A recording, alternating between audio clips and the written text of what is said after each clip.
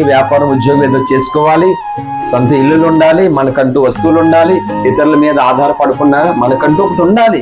ఇది దేవుని చిత్తం కూడా. హల్లెలూయా.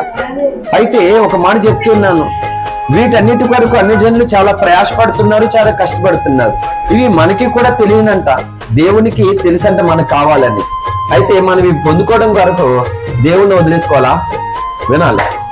ఇవి మనం సంపాదించుకోవడం కొరకు దేవుడికి దూరం అవ్వాలా? అది జరుగుతుంది ఇక్కడ పరిస్థితి. అందుకని అన్నాడు, మీ నిమిత్తము మీ పిల్లల నిమిత్తం ఏడవాలంట.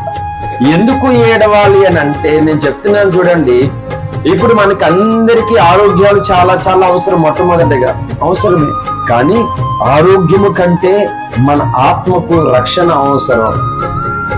వస్త్రముల కంటే మీ దేహము ప్రాముఖ్యమైన అన్నాడు యేసుప్రభు వారు. ఇప్పుడు ఆరోగ్యము కంటే ఇంపార్టెంట్ ఏంటి?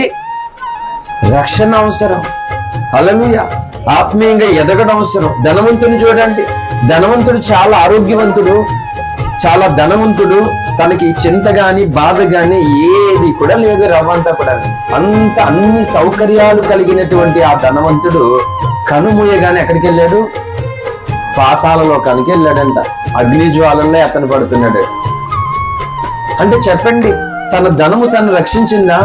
తన ఆరోగ్యము, తన ప్రాపర్టీ, తనకున్నటువంటి సకల విధానాలమైన ఏదైనా తను కాపాడగలిగిందా? బేదలాజరు చూడండి, తిండి లేదు, బట్టలు లేవు, తనకు ఇల్లు లేదు, ఎవరూ లేరు. అయినా తను అబ్రాహాం రొమ్మను ఆనుకోగలిగిన స్థాయిలోకి వెళ్ళగాడంటే కారణం ఏంటంటే, తాను కనుగ్రహింపబడిన రక్షణలో తాను ఎదగదు. ఈ రోజు క్రైస్తవులమైనటువంటి మనం రక్షణ పొందగానే ఎదగట్లా, రక్షణ పొంది ఎదగట్లే. మరి రక్షణ పొంది ఎదగకపోతే ప్రమాదమా లేకపోతే లాభమా? చాలా ప్రమాదం.